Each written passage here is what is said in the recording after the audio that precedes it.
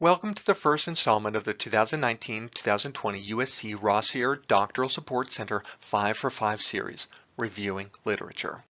Particular areas covered will include why you review the literature, what to look for, and how to use the information to shape your own writing. Before continuing, be aware that you are expected to rely on peer-reviewed literature. The links on this slide will help you find peer-reviewed writing, as well as explanations for the differences between scholarly writing, trade publications, and periodicals.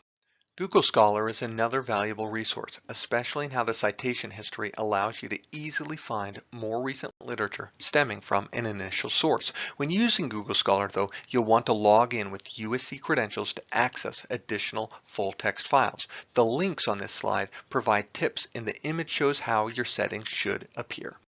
Doctoral students obviously review literature as part of class reading requirements. Before you begin reading, though, ask why the reading was assigned. How is it similar or different to other readings? Does the abstract provide any vital context or purpose about the study? Don't dwell too much on the literature review section, but gather context regarding the background, perspective, and inspiration for the study. Is there a conceptual or theoretical framework shaping the perspective? Examine the alignment between the research questions, population, and methodology. Lastly, think about how the findings, implications for practice, and recommendations for future research relate to the class and any writing that will be required. Reviewing peer-reviewed literature for research purposes is slightly different. You'll still want to skim through the abstract to find out if the context and purpose of the article match what you're looking for. Next, for the literature review section, look for familiar and unfamiliar sources. Make note of the unfamiliar. Be aware, though, do not cite from someone else's literature review. If you see something you want to use, go directly to that source and review the information there. As already detailed, use Google Scholar. I also encourage you to think about the alignment between topic, framework used, and the methodology. Furthermore, by understanding the support that shaped the research you're reading about, you can better compare and develop your own research plans. Lastly, your own dissertation work should be guided by the recommendations for future research found within the literature, particularly the most recent studies. Whether you're reviewing literature as part of an in-class reading assignment, potential dissertation topic, or both, you'll want to take notes. Personally, I recommend using a Word file for notes for everything you read. That way, if you're looking at a source you've previously read for a class, you can add to your already existing notes for research. There are 3 different time periods when you'll be looking at the literature: early on, as you write a particular section, and before proposal and final defense. Early on, you'll want to narrow your topic. As you write, try to find studies related to the section you're working on. Before proposal and final defense, search for significant studies that just came out.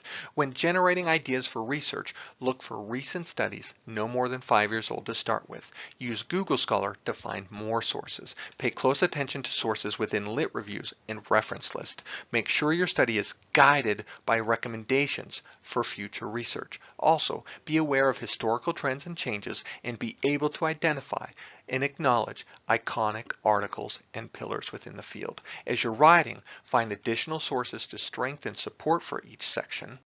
This is especially true as each chapter has different needs. You should also read other dissertations for style and structure examples. Sometimes finding a study or dissertation using a similar methodology will help you better understand your own methodology and minimize errors. Examine how findings are presented within other dissertations. As you develop your own recommendations, you'll also want to compare yours to others. However, cherry-picking sources you haven't cited elsewhere to support your own recommendations invites ethical doubt.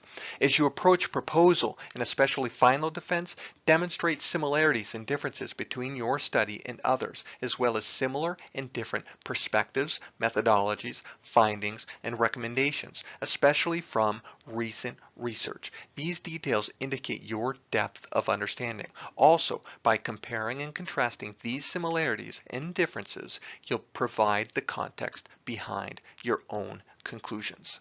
I recommend you create at least one literature review matrix. You can easily do this within an Excel file for characteristics such as year, location, perspective, data used, findings and implications, and the recommendations for future research. Reviewing this spreadsheet will help you clump your literature review into 3 to 5 sections, minimize gaps and overlap along the way, possibly making a matrix for each of your subtopics. Once you've chunked the literature into at least 3 key sections, you can then begin to outline and write your first draft.